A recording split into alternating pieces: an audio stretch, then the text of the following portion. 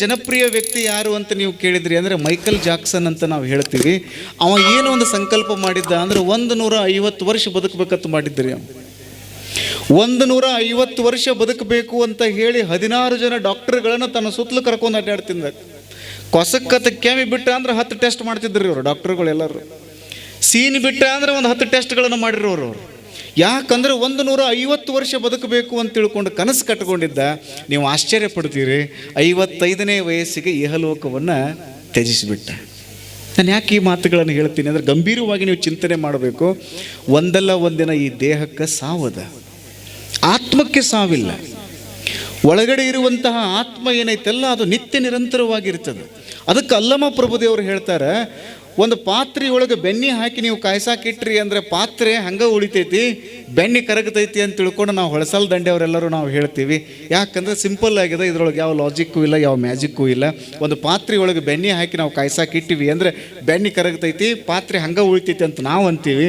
ಅಲ್ಲಮ ಪ್ರಭುದೇವರು ಹೇಳ್ತಾರೆ, ಒಂದು ಪಾತ್ರೆಯೊಳಗೆ ಬೆಣ್ಣೆ ಹಾಕಿ ನಾವು ಕಾಯ್ಸಾಕಿಟ್ಟ ಮೇಲೆ ಅಲ್ಲಿ ಪಾತ್ರೆನೇ ಕರಗಿ ಹೋಗೈತಿ, ಬೆಣ್ಣೆ ಹಂಗೆ ಉಳಿತೈತಿ ಅಂತ ಹೇಳ್ತಾರೆ ಅವರು. ಏನಪ್ಪ ಇದರ ಅರ್ಥ ಅಂತ ನೀವು ಯಾರಾದರೂ ಪ್ರಶ್ನೆ ಕೇಳಿದ್ರಿ ಅಂದರೆ, ಭೌತಿಕ ಶರೀರ ಅನ್ನೋ ಇರುವಂತಹ ಚೈತನ್ಯದ ಬೆಣ್ಣೆ ಏನೈತೆಲ್ಲ ಅದು ಸೂರ್ಯ ಚಂದ್ರರು ಇರುವವರೆಗೂ ಇರ್ತದೆ, ಹೀಗಾಗಿ ಬೆಣ್ಣೆ ಹಂಗೆ ಉಳಿತೈತಿ ಅಂತ ಹೇಳ್ತಾರೆ. ನೀವು ಬೆಣ್ಣೆ ಹಂಗೆ ಕೆಲಸ ಮಾಡ್ಕೊತ ಇದ್ರಿ ಅಂದ್ರೆ 4 ಜನ ನಿಮ್ಮನ್ನು ನೆನೆಸ್ತಾರೆ. ಇಲ್ಲ ಅಂದ್ರೆ ಯಾವಾಗೂ ಸಾಯಬೇಕಾಗಿತ್ತು ರೀ ಮಗ, ಅವ ನಮ್ಮೂರಾಗಿ ಒಂದೊಂದು ಹುಳ ಯಾವಾಗ ಹೋಗಬೇಕಾಗಿತ್ತು ರೀ ಅಂತ ಚಲೋ ಆಗ್ತೈತೆ ನೋಡ್ರಿ. ನೀವು ನಾ ಇತ್ತೀಚೆಗೆ ಕಬೀರದಾಸರ ಕತೆ ಓದ್ತಿದ್ದೆ. ಭಾಳ ಪ್ರಿಯವಾಗಿರುವಂಥ ಕವಿಗಳ್ರಿ ಅವರು, ಜ್ಞಾನೋದಯ ಆಗಿತ್ತು ಅವ್ರಿಗೆ. ನೇಕಾರ್ ಸೂಫಿ ಸಂತವನ್ನು ಪ್ರಾರಂಭ ಅದ್ರೊಳಗೆ ಭಾಳ ದೊಡ್ಡ ಕೆಲಸ ಮಾಡಿದಂಥವ್ರು. ನೀವು ಕಾಶಿಗೆ ಹೋದ್ರಿ ಅಂದರೆ ನೀವು ಕಬೀರದಾಸರ ಬಗ್ಗೆ ಚಿಂತನೆ ಮಾಡಬೇಕು. ತೀರ್ಕೊಂಡಿದ್ದರು ಅವರು. ಅವ್ರ ಪಾರ್ಥಿವ ಶರೀರವನ್ನು ಹೊತ್ಕೊಂಡು ಹಿಂಗೆ ಹೊಂಟಿದ್ರು. ರಾಮ್ ನಾಮ್ ಸತ್ಯ ಹೇ, ರಾಮ್ ನಾಮ್ ಸತ್ಯ ಹೇ ಅಂತ ಹಿಂದೂಗಳೆಲ್ಲ ಬೆನ್ನು ಹತ್ತಿದ್ರು. ಮುಸ್ಲಿಮರೆಲ್ಲರೂ ತೆಲಿಗೊಂದು ಬಿಳಿ ಅರಿವಿ ಕಟ್ಟಿಕೊಂಡು ಅವರು ಮೌನವಾಗಿ ಬೆನ್ನು ಹತ್ತಿದ್ರು. ಯಾಕಂದ್ರೆ ಸೂಫಿ ಸಂತರಲ್ಲ ಅವರು. ಅವ್ರ ಪಾರ್ಥಿವ ಶರೀರವನ್ನು ತೆಗೆದುಕೊಂಡು ಹಿಂಗೆ ಹೋಗೋದಕ್ಕೆ ಹಾಂಗೆ ಒಬ್ಬ ಹೆಣ್ಮಗಳು ತನ್ನ ಮಗಳನ್ನು ಗಂಡನ ಮನೆಗೆ ಕಳ್ಸಕತ್ತಿದ್ದಳ್ರಿ. ಯಾವಾಗ ಅವ್ರ ಪಾರ್ಥಿವ ಶರೀರವನ್ನು ನೋಡಿದ್ಲಲ್ಲ ಹೆಣ್ಮಗಳು, ಒಂದ ಮಾತಂದಳಕ್ಕೆ, ಈ ಸ್ವಾಮಿ ಇವತ್ತ ಸಾಯ್ಬೇಕ, ನನ್ನ ಮಗಳನ್ನು ಗಂಡನ ಮನೆಗೆ ಕಳಿಸೋದು ಸಹ ಸಾಯ್ಬೇಕ ಈ ಸ್ವಾಮಿ, ನಾಳೆ ಸತ್ತರ ನಡೀತಿರ್ಲಿಲ್ಲ ಈ ಸ್ವಾಮಿಗೆ ಇಷ್ಟ ಅಂದಳು ನೋಡ್ರಿ. ಸತ್ತಿರುವಂತಹ ಕಬೀರದಾಸರು ಪಟ್ನ ಗೆದ್ದು ಕೂತ್ರಂತ. ನಿಮಗೆ ಆಶ್ಚರ್ಯ ಅನ್ನಿಸ್ತದೆ, ನೀವು ಯಾರ್ಯಾರ ಸತ್ತಾಗ ಅವ್ರು ತೊಗೊಂಡು ಹಿಂಗೆ ಅಂತಿಮ ಸಂಸ್ಕಾರಕ್ಕೆ ತೆಗೆದುಕೊಂಡು ಹೋಗುವಾಗ ಅವ್ನು ಸತ್ತಾಗ ಎದ್ದು ಕೂತ್ರೆ ಏನಾಕೈತಿ ರೀ? ಮತ್ತೇನಾಕೈತಿ? ಯಾರು ಹೊತ್ಕೊಂಡಿರ್ತಾರಲ್ಲ ಅವ್ರ ಪುಣ್ಯತಿಥಿ ಆಕೈತಿ, ಅವ್ರ ನೋವಾಗಿ ಅಲ್ಲಿ ಕುಣಿಯಾಗಿಟ್ಟು ಬರೋದಾಗ್ತೈತಿ. ಎಷ್ಟು ವಿಚಿತ್ರ ನೋಡ್ರಿ. ಎಂಥ ಯೋಗ ನಮ್ಮ ಭಾರತದ ಪದ್ಧತಿ ಒಳಗದ ಅಂದರೆ, ಪಟ್ನ ಎದ್ದು ಕೂತು ಹೇಳಿದ್ರಂತೆ, ಇವತ್ತು ನಾ ಸತ್ತಿದ್ದರಿಂದ ಆ ತಾಯಿಗೆ ತನ್ನ ಮಗಳನ್ನು ಗಂಡನ ಮನೆಗೆ ಕಳ್ಸಕ್ಕೆ ತೊಂದರೆ ಆಕೈತಿ ಅಂದ್ರೆ ಇವತ್ತು ನಾ ಸತ್ತಿಲ್ರಿ ತಮ್ಮ, ನಾಳೆ ಮತ್ತೆ ಇದೇ ಟೈಮ್ನಾಗ ಜೀವ ಬಿಡ್ತನು, ಮತ್ತೆ ನನಗೆ ಒಯ್ಯಕ್ಕೆ ಬರ್ರಿ ಅಂದವ್ರು ಯಾರು ಅಂದ್ರೆ ಕಬೀರದಾಸ್ ಅವರು. ಎಂಥ ಶಕ್ತಿ ಇರ್ಬೇಕ್ರಿ ಅಪ್ಪ ಅವ್ರಿಗೆ. ನೀವು ಅತ್ರಿ ಮುರುಗೇಂದ್ರ ಅಪ್ಪ ಅವ್ರ ಚರಿತ್ರೆಯನ್ನು ಓದಿದ್ರಿ ಅಂದ್ರೆ ನಿಮಗೆ ಗೊತ್ತಾಗ್ತದೆ. 1921ರಲ್ಲಿ ಅಪ್ಪ ಅವರು ಲಿಂಗದೊಳಗೆ ಲೀನ ಆದ್ರಲ್ಲ, ನನಗೆ ಎಷ್ಟು ಹೃದಯ ತುಂಬಿ ಬರ್ತದೆ ಅಂದರೆ, ಅತನಿ ಭಾಗ ಅಂದರೆ ನಾವೆಲ್ಲರೂ ನಮ್ಗೆ ಎಷ್ಟು ಅದ್ರ ಬಗ್ಗೆ ಗೊತ್ತದೋ ಎಲ್ಲೋ ಗೊತ್ತಿಲ್ಲ. ಸ್ವತಃ ಹುಬ್ಬಳ್ಳಿಯೊಳಗೆ ಸಿದ್ಧಾರೂಢರು ಅಂತ ಒಬ್ಬ ದೊಡ್ಡ ಗುರುಗಳಿದ್ರು. ಶಾಸ್ತ್ರಸಮ್ಮತವಾದ ಭಾಳ ದೊಡ್ಡ ದೊಡ್ಡ ಮಾತುಗಳನ್ನು ಹೇಳ್ತಿದ್ರು. ಸಿದ್ಧಾರೂಢರ ಮಾತುಗಳನ್ನು ಕೇಳುವ ಸಲುವಾಗಿ ರಾಜರೆಲ್ಲರೂ ಬರ್ತಿದ್ರು. ದೂರದ ಊರಿನಿಂದ ಜನ ಎಲ್ಲ ಬರೋರು. ಯಾಕಂದರೆ ಸಿದ್ಧಾರೂಢರು ಅವ್ರ ಮಾತುಗಳನ್ನು ಕೇಳಬೇಕು, ವೇದಾಂತದ ಮಾತುಗಳನ್ನು ಕೇಳಬೇಕು ಅಂತೇಳಿ. ಸ್ವತಃ ಸಿದ್ಧಾರೂಢರು ಹುಬ್ಬಳ್ಳಿಯೊಳಗೆ 50 ವರ್ಷ ಎಲ್ಲಿಯೂ ಅಡ್ಡಾಡ್ಲಾರ್ದಂಗೆ ಒಂದೇ ಜಾಗದಾಗಿದ್ದರು ರೀ. ಅವ್ರು ಕೈಲಾಸ ಮಂಟಪ ಐತಲ್ಲ ಅಲ್ಲೇ ಇರ್ತಿದ್ರು ಅವರು. ಮೊದಲಿಗೆಲ್ಲ ಲೋಕ ಸಂಚಾರ ಮಾಡಿದ್ರು, ಅಲ್ಲಿ ಬಂದು ಏನೋ ಒಂದು ಕಡೆ ಮೆಟ್ಟು ಹಿಡ್ಕೊಂಡು ಕೂತ್ಕೊಂಡು ಬಿಟ್ಟರು, ಹುಬ್ಬಳ್ಳಿ ಒಳಗಡೆ ಕೂತ್ಕೊಂಡು ಬಿಟ್ಟರು. ಸ್ವತಃ ಸಿದ್ಧಾರೂಢರು ಈ ಮಾತುಗಳನ್ನು ಹೇಳ್ತಿದ್ರು, ನಿಮಗೆ ಶಾಸ್ತ್ರದ ಕುರಿತು ಏನಾದರೂ ಸ್ಪಷ್ಟೀಕರಣ ಬೇಕಾಗಿತ್ತು ಅಂದ್ರೆ ಹುಬ್ಬಳ್ಳಿಗೆ ಬರ್ರಿಯಪ್ಪ, ಸಾಕ್ಷಾತ್ ಶಿವನನ್ನ ನೋಡಬೇಕಾಗಿತ್ತಂದ್ರೆ ಅತನಿಗೆ ಹೋಗ್ರಿಪ್ಪ, ಅಲ್ಲಿ ಗಚ್ಚಿನ ಮಠದ ಮುರುಗೇಂದ್ರ ಅಪ್ಪ ಅವರದಾರ, ಅವರು ಸಾಕ್ಷಾತ್ ಶಿವಾಧಾರ ಅನ್ನುವ ಮಾತುಗಳನ್ನು ಸಿದ್ಧಾರೂಢರು ಹೇಳ್ತಿದ್ರು. ಅಂದರೆ ಅತನಿ ಅಪ್ಪ ಅವ್ರ ಹತ್ರ ಎಂಥ ಶಕ್ತಿ ಇತ್ತು. 1920 ತಮ್ಮ ಸುಮ್ಕೊಂಡ್ರೆ ಮಾಡ್ರಿ. ಆದರೆ ಒಬ್ಬ ಲೌಕಿಕವಾಗಿ ಬದುಕಿರುವಂತಹ ಈ ಶರೀರವನ್ನು ಹೆಂಗೆ ತಿಳ್ಕೊಳ್ಳಾರ್ದನ್ನ ಬದುಕಿರುವಂಥವ್ರು ಏನಾದರೂ ಜೀವ ಬಿಟ್ಟರು ಅಂದರೆ 3 ತಾಸಕ್ಕೆ ವಾಸನೆ ಹೇಳ್ತದೆ. ಭಾಳ ಕೆಟ್ಟದಾಗಿರುವಂಥ ವಾಸನೆ ಹೇಳ್ತದೆ. ಶರೀರದ ಎಲ್ಲ ರಂಧ್ರಗಳಿಂದ ದ್ರವ ಎಲ್ಲ ಸ್ರವಿಸ್ಕೊಂತ ಹೋಗ್ತದೆ. ಎಷ್ಟು ಕೆಟ್ಟ ಈ ಶರೀರದ ಪರಿಸ್ಥಿತಿ ಅದ ಅಂದರೆ ಅಕ್ಕ ಮಾದೇವಿ ಭಾಳ ಚಂದ ಹೇಳ್ತಾಳೆ. ಅದ್ರ ಬಗ್ಗೆ ನಾನು ಹೇಳ್ಕೊಂತ ಹೋದ್ರೆ ಅದೇ ಒಂದು ದೊಡ್ಡ ಯಾವುದು ಶಾಶ್ವತ ಅಂದರೆ ನೀವು ಎಷ್ಟು ಜನರಿಗೆ ಒಳ್ಳೇದು ಮಾಡ್ತಿರಲ್ಲ ಅದು ಮಾತ್ರ ಶಾಶ್ವತ. ಅದಕ್ಕೆ ಚನ್ನ ಬಸವಣ್ಣ ಅಂತಾರೆ, ಗಂಡ ಬೇರುಂಡ ಅನ್ನುವಂಥ ಒಂದು ಪಕ್ಷಿ ಅದ, ಎಷ್ಟು ಚಂದ ಹೇಳ್ತಾರೆ ನೋಡ್ರಿ. ಗಂಡ ಬೇರುಂಡ ಅನ್ನುವಂತಹ ಒಂದು ಪಕ್ಷಿ ಅದ, ಆ ಪಕ್ಷಿಗೆ ತಲೆ 2 ಅದಾವ, ದೇಹ ಒಂದ ಅದ. ಅವ್ರು ಮುಂದುವರೆದು ಹೇಳ್ತಾರೆ, ಗಂಡ ಬೇರುಂಡವೆಂಬ ಪಕ್ಷಿಗೆ ತಲೆ 2, ದೇಹ 1. ಒಂದರ ಬಾಯಲ್ಲಿ ಹಾಲ ನೆರೆದು ಮತ್ತೊಂದರ ಬಾಯಲ್ಲಿ ವಿಷವ ನೆರೆದರೆ ಆ ಪಕ್ಷಿಗೆ ಮರಣವಪ್ಪಲ್ಲದೆ ಜಯವಪ್ಪುದೇ ಅಯ್ಯ. ಮುಂದೆ ಹೇಳ್ತಾರೆ, ಲಿಂಗವ ಪೂಜಿಸಿ ಜಂಗಮವ ಮರೆತರೆ ಕುಂಬಿನಿ ನರಕ ತಪ್ಪದು ಕೂಡಲ ಚನ್ನ ಸಂಗಮ ದೇವ. ಎಷ್ಟು ಚೆನ್ನಾಗಿ ಹೇಳ್ತಾರೆ ನೋಡ್ರಿ, ಭಾಳ ಅದ್ಭುತವಾದ. ತಟ್ರಿ ಚಪ್ಪಾಳೆ ತಟ್ರಿ, ಏನು ತಪ್ಪಿಲ್ಲ. ಚಪ್ಪಾಳೆಗೆ GSTನೂ ಇಲ್ಲ, ಯಾವ ಟ್ಯಾಕ್ಸು ಇಲ್ಲ, ಏನು ಬೇರೆ ಏನೂ ಇಲ್ಲ. ಎಷ್ಟು ಅದ್ಭುತವಾದ ಮಾತಂದ್ರೆ ನನಗೆ ಭಾಳ ಪ್ರಿಯವಾಗಿರುವಂಥ ವಚನ ಇದು. 23,000 ವಚನಗಳದಾವ ನಮ್ಮ ಶರಣರು ಬರೆದಿರೋ ವಚನಗಳು. ಈ ಗಂಡ ಬೇರುಂಡ ಪಕ್ಷಿ ನೋಡ್ರೇನ್ರಿ, ನಾವು ವಿಶೇಷವಾಗಿ ತಾಯಂದ್ರನ್ನ ಕೇಳ್ತಾನೆ, ಅವ್ವಾಗಳು ನೋಡ್ರೇನ್ರಿ? ಅವರು ನೋಡಿಲ್ಲ, ನೀವು ನೋಡೋಕೆ ಸಾಧ್ಯ ಇಲ್ಲ. ಆದರೆ ನೀವು ನೋಡ್ತೀರಿ, ಗಮನಿಸಿರಂಗಿಲ್ಲ. KSRTC ಬಸ್ ಹತ್ತಿರಿಲ್ರಿ, ಈಗ ಎಲ್ಲಿ ಹೋದ್ರು ನಿಮ್ಮದ ಹವಾಯಿ. ಏನು ಸರ್ಕಾರದವ್ರು ನಿಮಗೆ ಫ್ರೀಯಾಗಿ ಬಸ್ ಬಿಟ್ಟುಬಿಟ್ರು ನೋಡ್ರಿ. ಧರ್ಮಸ್ಥಳದ ವೀರೇಂದ್ರ ಹೆಗಡೆ ಅವ್ರ ಕೈ ಮುಗಿದಂದ್ರೆ ಯಾರೂ ಧರ್ಮಸ್ಥಳಕ್ಕೆ ಬರೋಕ್ಕೆ ಹೋಗ್ಬೇಡ್ರಿಪ್ಪ. ನಿಮಗೆ ಮೂಲಭೂತ ಸೌಕರ್ಯವನ್ನು ಕೊಡಾಕ ನಮಗೆ ಆಗ್ತಾ ಇಲ್ಲ, ಅಷ್ಟು ಜನ ಬರಾಕತ್ತೀರಿ, ದಯವಿಟ್ಟು ಈಗ ಬರಕ್ಕೆ ಹೋಗ್ಬೇಡ್ರಿ ಅಂತ ಕೈ ಮುಗಿದು ಕೇಳಕತ್ತಿರ್ರಿ ಅವರು. ಎಲ್ಲ ನಮ್ಮ ಮಂದಿ ಆಧಾರ್ ಕಾರ್ಡ್ ತೊಗೊಳೋದೈತಿ ಹೋಗೋದೈತಿ, ಆಧಾರ್ ಕಾರ್ಡ್ ತೊಗೊಳೋದೈತಿ ಹೋಗೋದೈತಿ. ಎಲ್ಲಿವರೆಗೂ ಹಲ್ಚಲ್ ಎದ್ದು ಬಿಡ್ತು ಅಂದರೆ ಅದರ ಕತೆ ಅದರದ್ದೊಂದು ಹೇಳ್ಕೊತ ಹೋದ್ರೆ ಅದರದ ಶ್ರಾವಣ ಮಾಸ ಪುರಾಣ ಚಾಲೂ ಆಗ್ತದೆ. ಸರ್ಕಾರದವ್ರು ನಿಮಗೆ ಅವಕಾಶ ಕೊಟ್ಟರೆ ಅದನ್ನು ಉಪಯೋಗ ಮಾಡ್ಕೊಳ್ರಿ.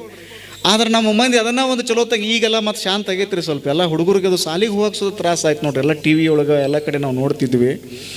ಈ KSRTC ಬಸ್ ಏನೈತಲ್ಲ, ಅದ್ರ ಲಾಂಛನ ನೋಡ್ರಿ ಏನ್ರಿ ಯಾರ್ರಿ ನೀವು? ಕರ್ನಾಟಕ ರಸ್ತೆ ಸಾರಿಗೆ ನಿಗಮ ಸಂಸ್ಥೆ ಐತಲ್ಲ, ಅದರ ಲಾಂಛನ ಯಾವುದು ಅಂದರೆ ಗಂಡ ಬೇರುಂಡ ಪಕ್ಷಿ ಅದ ನೋಡ್ರಿ. ನೀವು ಸೂಕ್ಷ್ಮವಾಗಿ ನೋಡ್ರಿ. ಅಪ್ಪ ಅವ್ರ ಸೀಟ್ ಹಿಡಿದು ಹೆಚ್ಚಾಗೈತ್ರಿ ನಮಗೆ, ಇನ್ನು ಅದು ನೋಡೋಣ್ರಿ ನಾವು ಆ ಪಕ್ಷಿಯಲ್ಲಿ ನೋಡ್ಕೋತ ಕುಂಡ್ರೋಣ್ರಿ ಅಂತ ನೀವು ಅನ್ಬೋದು ನೋಡ್ರಿ. ಅದ್ರದ್ದು 2 ತಲೆ ಇದಾವೆ ನೋಡ್ರಿ ಆ ಪಕ್ಷಿಗೆ. ಹಿಂಗದ ನೋಡ್ರಿ, 2 ತಲೆ, ಒಂದ ದೇಹ. ಈ ಸಂಯಾಮಿ ಶಿಶುಗಳು ಅಂತ ಹುಡ್ತಾವೆ ನೋಡಿರ್ಬೇಕ್ರಿ, ಭಾಳ ದಿನ ಬದುಕಂಗಿಲ್ಲ. ಚನ್ನಬಸವಣ್ಣವ್ರಂತಾರ, ಗಂಡ ಬೇರುಂಡ ಅನ್ನುವಂಥ ಪಕ್ಷಿ ಒಂದೈತಿ, ಅದಕ್ಕೆ ತಲೆ 2 ಅದಾವ. ಒಂದರ ಬಾಯಿಯೊಳಗೆ ನೀ ಹಾಲು ಹಾಕಿ ಮತ್ತೊಂದರ ಬಾಯಿಯೊಳಗೆ ವಿಷ ಹಾಕಿ ಬಿಟ್ಟು ಅಂದರೆ ಆ ಪಕ್ಷಿ ಸತ್ತು ಹೋಗಿಬಿಡ್ತದೆ. ಅದಕ್ಕೆ ಅವ್ರ ಮುಂದೆ ಹೇಳ್ತಾರೆ, ಲಿಂಗವ ಪೂಜಿಸಿ ಜಂಗಮವ ಮರೆತರೆ ಕುಂಭಿನಿ ನರಕ ತಪ್ಪದು. ಇದು ಭಾಳ ಅಂದ್ರೆ ಭಾಳ ಸುಂದರವಾದ ಮಾತು ಇದು. ಲಿಂಗವನ್ನು ಪೂಜಿಸುವುದು, ಇದರ ಅರ್ಥ ಏನು ಅಂದರೆ ಆತ್ಮಕಲ್ಯಾಣ ಮಾಡ್ಕೊಳ್ಳೋದು. ಎಡಗೈಯಾಗಿ ಲಿಂಗ ಹಿಡಿದ ಅಪ್ಪ ಅವ್ರು ಹೇಳಿದಾರಲ್ಲ, ಲಿಂಗವನ್ನು ಆರಾಧನೆ ಮಾಡೋದು. ದುರ್ದೈವ ಅಂದರೆ ಲಿಂಗ ಜಾತಿ ವಾಚಕ ಆಗಿಬಿಡ್ತು. ದುರ್ದೈವ ಅಂದರೆ ಲಿಂಗ ಒಂದು ಧರ್ಮದ ವಾಚಕ ಆಗಿಬಿಡ್ತು. ದುರ್ದೈವ ಅಂದರೆ ಲಿಂಗ ಒಂದು ಸಮುದಾಯದ ವಾಚಕ ಆಗಿಬಿಡ್ತು. ಆದರೆ ಸಜ್ಜಲಗುಡ್ಡದ ಶರಣಮ್ಮನವರು ಹಾಲು ಮತದ ಸಮುದಾಯದವರು, ಅವರು ಲಿಂಗ ದೀಕ್ಷೆಯನ್ನು ತೆಗೆದುಕೊಂಡ್ರು. ಎಷ್ಟು ಅದ್ಭುತವಾದ ಲಿಂಗ ಪೂಜೆಯನ್ನು ಮಾಡ್ಕೊಂಡಿದ್ರು ಅಂದರೆ ಮುಖ ಹೊಳಿತಿತ್ರಿ ಅವರು. ಲಿಂಗ ಪೂಜೆಯನ್ನು ಮಾಡಿದರೆ ನಾನು ನಿಮ್ಗೆಲ್ಲರಿಗೂ ಒಂದು ಮಾತು ಹೇಳೋದಕ್ಕೆ ಬಯಸ್ತೀನಿ, ಭಾಳ ಗಂಭೀರವಾಗಿ ನೀವು ಕೇಳ್ರಿ. ಯಾರು ಶ್ರದ್ಧಾಭಕ್ತಿಯಿಂದ ಇಷ್ಟಲಿಂಗ ಪೂಜೆಯನ್ನು ಮಾಡ್ಕೊಳ್ತಾರಲ್ಲ ಅವರಿಗೆ ಅಪಮೃತ್ಯುಗಳು ಬರಂಗಿಲ್ಲ. ಬರೆದಿಟ್ಟುಕೊಳ್ರಿ ನೀವು ಇದನ್ನು. ಅಪಮೃತ್ಯುಗಳು ಅಂದ್ರೆ ಏನು ಗೊತ್ತದೆ? ಮುಂಜಾನೆ ಉಪ್ಪಿಟ್ಟು ತಿಂದಾರ್ರಿ, ಈಗಿಲ್ಲ ಇಲ್ಲಿ ನೋಡ್ರಿ ಅಂತಿರ್ತಾರೆ ನೋಡ್ರಿ ಏನ್ರಿ. ಮುಂಜಾನೆ ನಮ್ಮ ಜೊತೆ ವಿಜಯವಾಣಿ ಪೇಪರ್ ಓದ್ಯಾರ್ರಿ, ಈಗಿಲ್ಲ ಇಲ್ಲಿ ನೋಡ್ರಿ ಅಂತ ನೀವು ಎಷ್ಟೋ ಕಥೆಗಳನ್ನು ನೀವು ಕೇಳ್ತಿರ್ತೀರಿ. ಕಾಲಕ್ಕೆ ನೋಡ್ರಿ, ನೀವು ಕರೆಕ್ಟ್ ನಿಮ್ಗೆ ವಯಸ್ಸಾಗಿ ನೀವು ತೀರ್ಕೊಂಡ್ರಿ ಅಂದ್ರೆ ಪ್ರಶ್ನೆ ಇಲ್ಲ. 80, 90, 100ಕ್ಕೆ ನೀವು ತೀರ್ಕೊಂಡ್ರೆ ಪ್ರಶ್ನೆ ಇಲ್ಲ. ನಡುನ ಒಬ್ಬೊಬ್ರು ತೀರ್ಕೋತಿರ್ತಾರೆ ನೋಡ್ರಿ, ಅಂಥವ್ರು ಲಿಂಗ ದೀಕ್ಷೆ ತೆಗೆದುಕೊಳ್ರಿ. ಯಾವುದೇ ಸಮುದಾಯದವ್ರಾಗಲಿ ಅದ್ರ ಬಗ್ಗೆ ವಿಚಾರ ಮಾಡಕ್ಕೆ ಹೋಗ್ಬೇಡ್ರಿ. ಇವತ್ತು ನಿಮ್ಗೆ ಆಶ್ಚರ್ಯ ಅನಿಸ್ತದೆ, ರಷ್ಯಾ ದೇಶದವರು ಬಹುತೇಕರು ಇವತ್ತು ಲಿಂಗ ದೀಕ್ಷೆಯನ್ನು ತೆಗೆದುಕೊಳ್ಳಕತ್ತಾರೆ. ಯಾರ್ಯಾರಿಗೆ ಆಧ್ಯಾತ್ಮದ ಕಡೆ ಒಲವುದಲ್ಲ ಅವರೆಲ್ಲ ಭಾರತಕ್ಕೆ ಬಂದು ಲಿಂಗ ದೀಕ್ಷೆ ತೆಗೆದುಕೊಳ್ಳಕತ್ತಾರೆ. ಮುಂದೊಂದು ದಿನ ಎಲ್ಲರೂ ಲಿಂಗ ದೀಕ್ಷೆ ತೆಗೆದುಕೊಳ್ತಾರೆ. ಯಾಕಂದ್ರೆ ಅದು ಜಾತಿಯಿಂದ ಮೀರಿರುವಂಥದ್ದಲ್ಲ. ನಾವೆಲ್ಲರೂ ಸಂಕುಚಿತ ಭಾವನೆಯಿಂದಾಗಿ ಅದು ಲಿಂಗಾಯತರ ಸ್ವತ್ತು ಅಂತ ತಿಳ್ಕೊಂಡು ನಾವು ಹೇಳ್ತೀವಿ. ಅತನೀ ಶಿವಯೋಗಿಗಳವ್ರು ನೋಡ್ರಿ, ತಮ್ಮ ಜೀವನದುದ್ದಕ್ಕೂ ಯಾವಾಗೂ ಲಿಂಗ ಪೂಜೆಯನ್ನು ಬಿಡಲಿಲ್ಲರಿ ಅವರು. ಮುಂಜಾನೆ 5 ಗಂಟೆಗೆ ಎದ್ದು ಅವ್ರು ಲಿಂಗ ಪೂಜೆಯನ್ನು ಮಾಡ್ಕೊಳ್ತಿದ್ರು. ನೀವು ನಿಮ್ಮ ಬದುಕು ಬಂಗಾರ ಆಗಬೇಕಾಗಿತ್ತು ಅಂದ್ರೆ ನೀವು ಮುಂಜಾನೆ 5 ಗಂಟೆಗೆ ಹೇಳಬೇಕು. ಅವಾಗ ಈ ಜಗತ್ತಿನೊಳಗೆ, ಈ ಪ್ರಕೃತಿ ಒಳಗೆ ಒಂದು ಅದ್ಭುತವಾಗಿರುವಂಥ ಒಂದು ಶಕ್ತಿ ಹೊರಗೆ ಬರ್ತಿರ್ತದೆ. ಆ ಶಕ್ತಿಯನ್ನು ನೀವು ಸ್ವೀಕಾರ ಮಾಡಿಬಿಟ್ರಿ ಅಂದರೆ ನಿಮಗೆ ಯಾರಿಗೂ ಅಪಮೃತ್ಯುಗಳು ಬರಂಗಿಲ್ಲ. ಆದರೆ ದುರ್ದೈವ ಏನು ಅಂದರೆ ಈಗ ಅದು ಜಾತಿ ವಾಚಕ ಆಗಿಬಿಡ್ತು, ಅದು ಒಂದು ಸಮುದಾಯದ ವಾಚಕ ಆಗಿಬಿಡ್ತು. ಯಾರು ಲಿಂಗ ಪೂಜೆಯನ್ನು ತೆಗೆದುಕೊಂಡು, ಲಿಂಗ ದೀಕ್ಷೆಯನ್ನು ತೆಗೆದುಕೊಂಡು ಲಿಂಗ ಪೂಜೆಯನ್ನು ಮಾಡ್ತಾರಲ್ಲ ಅವ್ರ ಬದುಕು ಬಂಗಾರ ಆಗ್ತದೆ ಅಂತ ಸ್ವತಃ ಅತನೇ ಅಪ್ಪ ಅವ್ರು ಹೇಳ್ತಿದ್ರು ಇದನ್ನು. ಅಥನೀಯ ಮುರುಗೇಂದ್ರ ಶಿವೇಗಳವರು ಈ ಮಾತುಗಳನ್ನು ಹೇಳ್ತಿದ್ರು ಅಂದ್ರೆ ನಾವು ವಿಚಾರ ಮಾಡಬೇಕು. ನೀವೆಲ್ಲ ಸಿದ್ಧಗಂಗೆಯ ಶಿವಕುಮಾರ ಸ್ವಾಮಿಗಳನ್ನು ನೋಡಿರಬೇಕು. ಅವರ ದಿನಚರಿ ಆರಂಭ ಆಗೋದ ಮುಂಜಾನೆ 3 ಗಂಟೆಗೆ. ನೀವು ಯಾರಾದರೂ ಆಧ್ಯಾತ್ಮದೊಳಗೆ ಸಾಧನೆ ಮಾಡೋರು ಇದ್ರಿ ಅಂದ್ರೆ ದಯವಿಟ್ಟು ಶೇಗುಣಶಿಗೆ ಬರ್ರಿ. ನನ್ನ ಹತ್ರ ಮಾತಾಡೋದಕ್ಕೆ ಯಾರಾದರೂ ನಿಮ್ಮ ಮುಕ್ತವಾಗಿ ನಮ್ಮ ಮಠ ತೆಗೆದೇ ಇರ್ತದೆ ಬಾಗಿಲ. ನಮ್ಮ ಜೊತೆಗೆ ಬಂದು ನೀವು ಚಿಂತನೆಯೊಳಗೆ ನೀವು ಪಾಲ್ಗೊಳ್ಬೋದು. ಈ ಶರೀರವನ್ನು ಹೆಂಗೆ ಸಾರ್ಥಕ ಮಾಡ್ಕೊಳ್ಳೋದು? ನೀವು ಮುಂಜಾನೆ 3 ಗಂಟೆಗೆ ಎದ್ದು ನೀವು ಸಾಧನೆ ಮಾಡಕತ್ರಿ ಅಂದ್ರೆ ಭಾಳ ಅದ್ಭುತವಾಗಿ ನಿಮ್ಮ ಶರೀರ ಹಗರು ಅನಿಸ್ಬಿಡ್ತದೆ. ನಾವೊಂದು ಇಂಜಿನಿಯರಿಂಗ್ ಕಾಲೇಜಿಗೆ ಹೋಗಿದ್ದೆ. ನಿಮ್ಮ ಬದುಕು ಬಂಗಾರ ಆಗ್ಬೇಕಾಗಿತ್ತಾರೆ ನೀವು 3 ಗಂಟೆ ಕೇಳ್ಬೇಕಂತ. ಒಬ್ಬ ಹುಡುಗ ಎಷ್ಟು ಪರ್ಸೆಂಟ್ ರೀ? 70% ಮಂದಿಗೆ ಹುಚ್ಚಿಡಿತದೆ. 30% ಮಂದಿಗೆ ಹುಚ್ಚಿಡಂಗಿಲ್ಲ. ಎಂಥವ್ರಿಗೆ ಹುಚ್ಚಿಡಂಗಿಲ್ಲ ಅಂದ್ರೆ ಚುಮು ಚಳಿಯೊಳಗೆ ಏನು ಪ್ರವಚನ ಕೇಳ್ಬೇಕಂತ ತಿಳ್ಕೊಂಡು ತನ್ನಗೆ ಕೂತಿರಲ್ಲ, ನಿಮ್ಮಂಥವ್ರಿಗೆ ಯಾರಿಗೂ ಹುಚ್ಚಿಡಿಯುವಂಥ ಪ್ರಶ್ನೆನೇ ಇಲ್ಲ. ಯಾಕಂದ್ರೆ ನೀವು ಯಾರೂ ಮೊಬೈಲ್ ಫೋನ್ ಹಿಡ್ಕೊಂಡೇ ಇಲ್ಲ. ಮತ್ತಿಟ್ಟು ಕೇಳಕ್ಕೆ ಕೂತಿರಂದ್ರೆ ಇಟ್ಟು ನಿಮ್ಮ ಬಗ್ಗೆ ಹೇಳಬೇಕಲ್ರಿ 2 ಮಾತು. ನಾವು ಇಂಥ ಮಂದಿನ ಎಲ್ಲಿ ತರೋದೈತೆ ಹೇಳ್ರಿ, ಇಂಥ ಭಕ್ತರನ್ನ ಎಲ್ಲಿ ತರೋದೈತೆ ಹೇಳ್ರಿ. ನೀವು ಈ ಮೊಬೈಲ್ ಫೋನ್ ಅನ್ನುವಂಥದ್ದು ಅಷ್ಟು ಗುಂಗ್ ಹಿಡಿಸಿಬಿಟ್ಟದ. ನಾನು ಅದನ್ನೇ ಹೇಳೋದು, ನೀವು ಸರಿಯಾದ ಪ್ರಮಾಣದೊಳಗೆ ಈ ಶರೀರವನ್ನು ಕರೆಕ್ಟಾಗಿ ನೀವು ಬದುಕಿಬಿಟ್ರಿ ಅಂತಂದರೆ ನಿಮಗಿಂತನೂ ದೊಡ್ಡ ವ್ಯಕ್ತಿಗಳು ಬೇರೆ ಯಾರೂ ಇರಂಗಿಲ್ಲ. ಚನ್ನಬಸವಣ್ಣ ಅಂತಾರೆ, ಲಿಂಗವ ಪೂಜಿಸಿ ಜಂಗಮವ ಮರೆತರೆ. ಜಂಗಮ ಮರೆಯೋದು ಅಂದರೆ ಸಮಾಜವನ್ನು ಮರೆಯೋದು. ಜಂಗಮ ಅಂದರೆ ಈ ಜಗತ್ತು. ಇದು ಜಗತ್ತೇನೈತಲ್ಲ, ಇದು ಜಡ ಅಂತ ಭಾಳ ಮಂದಿ ಹೇಳ್ತಾರೆ. ಈ ಜಡ ಎಲ್ಲ ಇದು ಜಗತ್ತು, ಇದು ಜಂಗಮತ್ವದ ಜಗತ್ತಿದು. ಅದಕ್ಕೆ ಬಸವಣ್ಣ ಏನಂದ್ರು, ಲಿಂಗದ ಮುಖವೇ ಜಂಗಮ, ಜಗವೇ ಕೂಡಲ ಸಂಗಮ ಅಂತ ಹೇಳಿದ್ರು. ಏನು ಕಾಣ್ತದ್ರಿ? ಎಲ್ಲ ನಂಗೆ ದೇವರನ್ನ ಕಾಣಿಸ್ತೈತಪ್ಪ.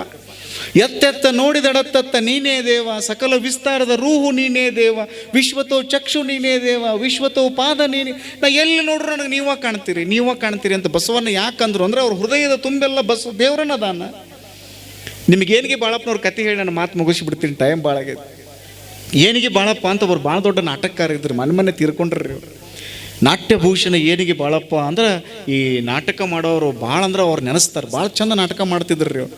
ಬಸವಣ್ಣನವರು ಪಾತ್ರಧಾರಿಗಳಾಗಿ ಒಂದು ಕಡೆ ನಾಟಕ ಮಾಡಕ್ಕೆ ಬಂದರು. ಮುಂದೆ ಧಾರವಾಡದ ಮೃತ್ಯುಂಜಯ ಅಪ್ಪಗಳು ಕೂತ್ಕೊಂಡಿದ್ರು. ನಿಮಗೆ ಗೊತ್ತಿರಲಿ, ಧಾರವಾಡದ ಮೃತ್ಯುಂಜಯ ಅಪ್ಪಗಳು ಅಂದರೆ ನಮ್ಮ ಅಥನೀಯ ಮುರುಗೇಂದ್ರ ಶಿವೇಗಳವರ ಸೇವೆಯನ್ನು ತನುಮುಟ್ಟಿ ಮನಮುಟ್ಟಿ ಮಾಡಿದಂಥ ಗುರುಗಳು. ಅವರು ಮಠದೊಳಗೆ ಇರುವಂಥವರು ರಾಷ್ಟ್ರಪತಿಗಳಾದರು. BD ಜತ್ತಿ ಅಂತಿದ್ರಲ್ರಿ, ಗೊತ್ತಿಲ್ಲರಿ ನಿಮಗೆ? ಹೆಸರು ಕೇಳಿರನ್ರಿ? ನೀವು ಜಮಖಂಡಿ ಭಾಗಕ್ಕೆ ಹೋಗಿ ಅಲ್ಲಿ ಸಾವಳಗಿಗೆ ಹೋದ್ರಿ ಅಂದ್ರೆ ಆ ಸಾವಳಗಿ ಊರ್ರಿ ಅವ್ರಿಗೆ BD ಜತ್ತಿ ಅಂತಿದ್ರು. ಯುವತಿ ಪಟ್ಟ ಪಡ್ಕೊಂಡು ಚೂಪನ್ ಟೊಪ್ಪಿಗೆ ನೀರು ಶರ್ಟ್ ಅಂಗಿ ಹಾಕೊಂಡು ಹೋಗ್ತಿದ್ರಿ ಅವ್ರು. ಕರ್ನಾಟಕದ ಮುಖ್ಯಮಂತ್ರಿಗಳಾಗಿದ್ದರು. ಏಕೀಕರಣ ಆಗೋದಕ್ಕಿಂತ ಮುಂಚಿತವಾಗಿಯೇ ಮುಖ್ಯಮಂತ್ರಿಗಳಾಗಿದ್ದರು. ಹಂಗಾಮಿ ರಾಷ್ಟ್ರಪತಿಗಳಾಗಿ ಭಾಳ ದೊಡ್ಡ ಸೇವಾ ಮಾಡಿದರು. ಹಾಂಗೆ ದಿಲ್ಲಿಗಿಲ್ಲಿ ಅಡ್ಡಾಡಿ ಮನೆಗೆ ಬಂದ್ರಂತ ಅವ್ರ ಅವ್ವಾರ ಹೆಸರು ಗೌರವ್. ಹೌ ಆರ್ ಯು ಗೌರವ ಅಂದರು. ಆ ಹಳ್ಳಿ ಹೆಣ್ಮಗಳಿಗೆ ಏನು ತಿಳಿಬೇಕ್ರಿ ಹೌ ಆರ್ ಯು ಅಂದ್ರೆ? ಒಮ್ಮೆ ಗಾಬರಿ ಆದ್ಲ ಅಮ್ಮ. ಹೌ ಆರ್ ಯು ಗೌರವ ಅಂದ್ರಂತ. ಯಪ್ಪ ಆ ಕಡೆ ಅಡ್ಡಾಡಿ ನೀ ಹೌ ಹರಿರ್ಬೇಕು, ನಾ ಯಾಕೆ ಹೌ ಹರಲಿ? ಅದು ನೀ ಮುರುಗಪ್ಪನ ಆಶೀರ್ವಾದ ಇರೋದ್ರಿಂದ ನಾ ಯಾಕೆ ಹೌ ಹರಲಿ? ಹೊತ್ತಮ್ಮ ದಿಲ್ಲಿಗಿಲ್ಲಿ ಅಡ್ಡಾಡಿ ನೀ ಹೌ ಹರಿರ್ಬೇಕು ನೋಡು ಅಂತ ತಿಳ್ಕೊಂಡು ಅವು ಹೇಳಿದ್ಲಂತ. ಅವ್ರು ಕರೆನ ಅಂದ್ರೆ ಅವ್ರಿಗೆ, ಅತನಿ ಅಪ್ಪ ಅವ್ರ ಆಶೀರ್ವಾದ ನಿನ್ನ ಮೇಲೆ ಇರುತ್ತಾನ, ನೀ ಯಾಕೆ ಹೌ ಹಾರ್ತೀವ ಹೌವಾರಿವ ಅಂತ ತಿಳ್ಕೊಂಡು ನಾನು ಇಂಗ್ಲೀಷ್ನೊಳಗೆ ಹೇಳುವ ನಿನಗಂತ ಅವ್ರು ಅಂತಿದ್ರು. ಅಂಥವರು ಕೂಡ ಧಾರವಾಡದ ಮುರುಘಾ ಮಠದೊಳಗೆ ಕಲ್ತವ್ರಿ ಅವ್ರು. ಮೃತ್ಯುಂಜಯ ಅಪ್ಪಗಳು ಮುಂದೆ ಕೂತ್ಕೊಂಡಿದ್ರಲ್ಲ, ಏನಿಗೆ ಬಾಳಪ್ಪನವರು ಬಸವಣ್ಣವರು ಪಾತ್ರಧಾರಿಯಾಗಿ ವೇದಿಕೆ ಮೇಲೆ ಬಂದ್ರಿ. ಒಮ್ಮೆ ಸಾಷ್ಟಾಂಗ ಹಾಕಿಬಿಟ್ರಿ ಸ್ವಾಮಿಗಳು. ಏನಿಗೆ ಬಾಳಪ್ಪನವ್ರು ಜಿಗದ್ ಬಿಟ್ರಿ, ಚಂಗನ ಜಿಗದ್ರ ಹಿಂದೆ. ಅಪ್ಪವ್ರ ನಾ ಏನಿಗೆ ಬಾಳಪ್ಪದನ್ರಿ ಬಸವಣ್ಣ ಅಲ್ರಿ ಅಂತ ಅವ್ರು ಅಂತಿದ್ರು. ಧಾರವಾಡದ ಮೃತ್ಯುಂಜಯ ಅಪ್ಪಗಳು ಅಂತಿದ್ರಂತ, ನೀ ಹಂಗೆ ತಿಳ್ಕೊಂಡಿಯಪ್ಪ, ಬಸವಣ್ಣನ ವೇಷವನ್ನು ಹಾಕೊಂಡು ನೀ ಬಂದಿ ಅಂದರೆ ಸಾಕ್ಷಾತ್ ವಿಶ್ವಗುರು ಬಸವಣ್ಣನ ಬಂದಂಗೆ ನನಗೆ ಆಗೈತಪ್ಪ ಅಂತ ತಿಳ್ಕೊಂಡು ಅವ್ರು ನಮಸ್ಕಾರ ಮಾಡಿದ್ರಂತ. ಇನ್ನೂ ಒಂದು ಚಂದ ಕತೆ ಐತ್ರಿ ಏನಿಗೆ ಬಾಳಪ್ಪನವ್ರದನ. ಬಸವಣ್ಣವ್ರ ಪಾತ್ರಧಾರಿಯಾಗಿ ಕಿರೀಟದು ಹಾಕೊಂಡು ನಾಟಕದಾಗ ಹಿಂಗೆ ವಚನ ಗಿಚನ ಹೇಳಿ ಹಿಂದೆ ಕುಂಡಿರ್ತಿದ್ರೆ ಬೆಳ್ತಾರೆ. ನಾಟಕ ಅಲ್ಲ, ಆ ನಾಟಕ ಮಾಡಿ ಅವ್ರಿಗೆ ಡೈಲಾಗೆಲ್ಲ ಹೇಳಿ ಸಾಕಾಗ್ತಿತ್ತು. ಹಿಂದೆ ಹೋಗಿ ಚಹಾ ಕುಡಿಯಾಕತ್ತಿದ್ರು. ಯಾವ ಸಣ್ಣ ಹುಡುಗ ನೋಡಿಬಿಟ್ಟ, ಏ ಬರ್ಲಿ ಇಲ್ಲಿ ಬಸವಣ್ಣ ಚಹಾ ಕುಡಿಯಾಕತ್ತಾನ ಅಂದುಬಿಟ್ರು ಒಬ್ಬ ಹುಡುಗ. ಯಾವಾಗ ಹಿಂದೆ ಬಸವಣ್ಣನವರ ವೇಷವನ್ನು ತೊಟ್ಟಿಕೊಂಡಿರುವಂಥ ಏನಿಗೆ ಬಾಳಪ್ಪನವರನ್ನು ನೋಡಿ 10 ವರ್ಷದ ಹುಡುಗ ಅಂದ, ಬರ್ಲಿ ಇಲ್ಲಿ ಬಸವಣ್ಣ ಚಹಾ ಕುಡಿಯಾಕತ್ತಾನ ಅಂತ ಯಾವಾಗ ಅಂದ್ರಲ್ಲ, ಏನಿಗೆ ಬಾಳಪ್ಪನವ್ರು ಅಂದ್ರಂತ, ನಾನು ಬಸವಣ್ಣನ ವೇಷವನ್ನು ಹಾಕ್ಕೊಂಡು 4 ವಚನ ಹೇಳಿ ಹಿಂದೆ ಹೋಗಿ ನಾ ಚಹಾ ಕುಡಿತೀನಿ ಅಂದರೆ ಆ ಹುಡುಗನ ಮನಸ್ಸಿನೊಳಗೆ ಬಸವಣ್ಣ ಚಹಾ ಕುಡಿಯಾಕತ್ತಾನ ಅಂತ ತಿಳ್ಕೊಳ್ತಾನೆ. ಅಂದ್ರೆ ಇನ್ನು ನನ್ನ ಜೀವನದೊಳಗನ ನಾ ಚಾನ ಕುಡಿಯಂಗಿಲ್ಲ ಅಂತ ಚಹಾ ಕುಡಿದನ್ನು ಬಿಟ್ಟುಬಿಟ್ಟಿರತ್ತೆ ನೋಡ್ರಿ ಏನಿಗೆ ಬಾಳಪ್ಪನವ್ರು. ಇದನ್ನೆಲ್ಲ ನಾವು ಯಾಕೆ ಸಣ್ಣ ಮಕ್ಕಳಿಗೆ ಹೇಳಬೇಕು ಅಂದರೆ ಆ ಮಕ್ಕಳಿಗೆ ನಾವು ಸಂಸ್ಕಾರ ಕಲಿಸ್ಬೇಕು. ಅದಕ್ಕೆ ನೋಡ್ರಿ, ಜಂಗಮ ಅಂದರೆ ಸಮಾಜ, ಈ ಜಗತ್ತು, ಇದನ್ನು ನಾವು ಸರಿಯಾಗಿ ಇಟ್ಕೊಳ್ಬೇಕು. ನಾವು ಮನುಷ್ಯರು ಇದನ್ನೆಲ್ಲ ಸರಿಯಾಗಿ ಇಟ್ಕೊಂಡ್ರಿ ಅಂದರೆ ಎಲ್ಲ ಚಲೋ ಆಗಿಬಿಡ್ತದೆ. ಈಗ ನೋಡ್ರಿ, ಈ ಜಗತ್ತು ಯಾಕೆ ಇಷ್ಟು ಚಂದ ಆಗೈತಿ ಅಂತ ನೀವು ಯಾರಾದರೂ ನನ್ನ ಪ್ರಶ್ನೆ ಕೇಳಿದ್ರಿ ಅಂದರೆ ಮನುಷ್ಯನಿಂದ ಇಷ್ಟು ಚಂದ ಆಗೈತೆ ರೀ ಈ ಜಗತ್ತು. ಭಾಳ ಚಂದ ಕಾರ್ ಕಂಡು ಮೊಬೈಲ್ ಕಂಡು ಮೈಕ್ ಕಂಡು ಏನೇನು ವ್ಯವಸ್ಥೆ ಇದಾವಲ್ಲ ಎಲ್ಲ ಈಗ ನಾ ಇಲ್ಲಿ ಮಾತಾಡೋಕತ್ತೀನಿ ದರೂರೊಳಗೆ ಕೂತ್ಕೊಂಡು, ಈಗ ಚಿಕಾಗೋದೊಳಗೆ ಕೂತ್ಕೊಂಡು ಈ ಮಾತುಗಳನ್ನು ಕೇಳ್ಬೋದು, ಶಿಕಾಗೋದಲ್ಲಿ ಕೂತ್ಕೊಂಡು ಕೇಳ್ಬೋದು, ವಾಷಿಂಗ್ಟನ್ನಲ್ಲಿ ಕೂತ್ಕೊಂಡು ಕೇಳ್ಬೋದು, ಲಾಸ್ ಏಂಜಲೀಸಲ್ಲಿ ಸ್ಯಾನ್ ಫ್ರಾನ್ಸಿಸ್ಕೋನಲ್ಲಿ ಕೂತ್ಕೊಂಡು ಈ ಮಾತುಗಳನ್ನೆಲ್ಲ ಕೇಳ್ಬೋದು. ಅಂಥ ಒಂದು ವ್ಯವಸ್ಥೆಯನ್ನು ಮನುಷ್ಯ ಕಂಡು. ಈ ಜಗತ್ತು ಯಾಕೆ ಇಷ್ಟು ಚಂದ ಆಗ್ಯದ ಅಂದ್ರೆ ಮನುಷ್ಯನಿಂದ ಚಂದ ಆಗ್ಯದ. ಇದಕ್ಕಂತೂ ನಾವು ಕ್ರೆಡಿಟ್ ಕೊಡಬೇಕು ಮನುಷ್ಯನಿಗೆ. ಇದಕ್ಕೆ ಇನ್ನೊಂದು ಪಾರ್ಟ್ ಐತ್ರಿ. ಜಗತ್ತು ಯಾಕೆ ಇಷ್ಟು ಹದಗೆಟ್ಟು ಹೈದರಾಬಾದ್ ಆಗೈತಿ ಹೇಳ್ರಿ ಜಗತ್ತು ಯಾಕೆ ಇಷ್ಟು ಹದಗೆಟ್ಟು ಹೈದರಾಬಾದ್ ಆಗೈತಿ ಅಂದ್ರೆ ಇದು ಮನುಷ್ಯನಿಂದನೇ ಆಗೈತಿ. ಯಾವ್ರ ಎಮ್ಮಿ ಬಾಂಬ್ ಕಂಡಿಡ್ದವನ್ರಿ, ಯಾವ್ರ ಎಮ್ಮಿಗಳು ಆಕಳುಗಳು ಏನಾದರೂ ಈ ಮಿಸೈಲ್ಗಳನ್ನು ಕಂಡಿಡ್ದವನ್ರಿ.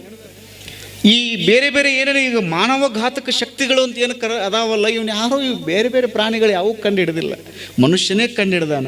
ಈ ಮನುಷ್ಯನ ಈ ಜಗತ್ತನ್ನು ಸುಂದರ ಸ್ವರ್ಗ ಮಾಡ್ಯಾನ.